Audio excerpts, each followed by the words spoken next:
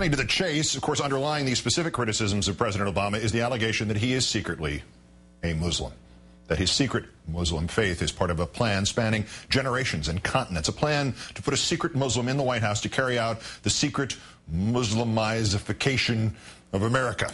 We at Countdown were intrigued by these allegations and shocked. Shocked, I tell you, by what we found when we looked carefully into them. As you will see in tonight's special report, it all began when Obama's Muslim father seeded his son with Islaminess.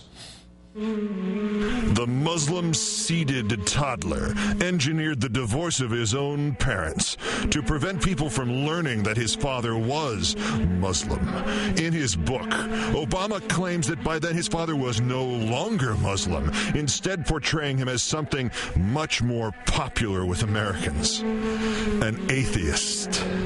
Obama still claims not to know whether his grandfather was Sunni or Shiite, but he sure looks sunny. To keep up appearances, Obama cleverly violated his Islamic faith whenever he could, fooling everyone by never going to Mecca, breaking the fast of Ramadan, eating pork, drinking alcohol, having a Christian wedding, baptizing his children, worshiping at Christian churches for decades. He only faces Mecca from way downtown. Bang goes the dynamite. He even sent his daughters to a school, a fancy Washington school that was really a madrasa, a fancy Washington madrasa. He never had a beard, except for the Jewish people he cleverly picked out to carry out his secret Muslim agenda as White House Chief of Staff and Supreme Court Justice. The plan was working perfectly, but there were clues for those willing to do the incredibly hard work of seeing them. As a radical Muslim youth, he ran an Islamic journal whose Arabic name translates as Harvard Law Review. Islam permits men to take a number of wives, and that's exactly what Barack Obama did. The number he picked was 1, and a woman with an Arabic name, Michelle Robinson, who insists on wearing a burqa. His favorite team, the Chicago Bulls, who just happened to play in the same division as the Milwaukee Bucks, whose arena just happened to be known as the Mecca. Coincidence?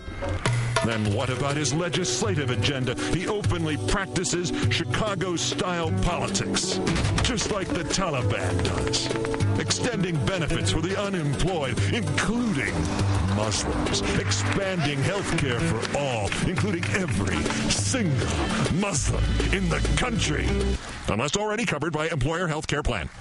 To this day, President Obama continues to refuse to bomb not just one, but many Muslim countries. He even refuses to close his secret tropical paradise safe haven for Muslims, just 90 miles from America's shores.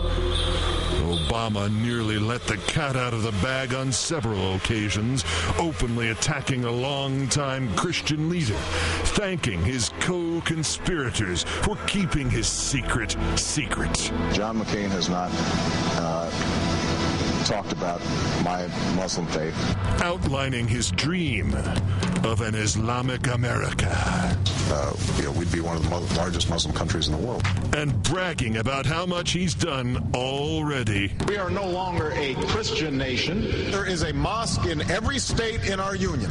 If few seem to care that Obama is America's first secret Muslim president, it might be due to the popularity of America's first openly Muslim president, who won America's heart by turning the White House into a virtual mosque. This is the 5th year in a row that it's been my honor to host an iftar in the state dining room. Revealing how he came to embrace Allah. The revelation of God's word to the Prophet Muhammad in the form of the Quran. Using the English word for Allah, God, he talked about the Bush family holidays. Ramadan is a time of heartfelt prayer and togetherness. Explained how Islam helps America through tough times. It's a national and Islamic obligation to assist one's neighbors when they are in need. And outlined his master plan to make America more Islamic. I've encouraged American families to host exchange students from the Muslim world. I've asked young Americans to study the language and customs of the broader Middle East. After getting rid of all the White House Bibles, he proudly announced their replacement. For the first time in our nation's history,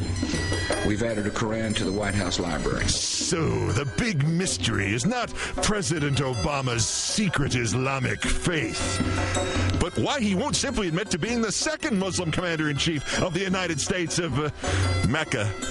Assalamu alaikum.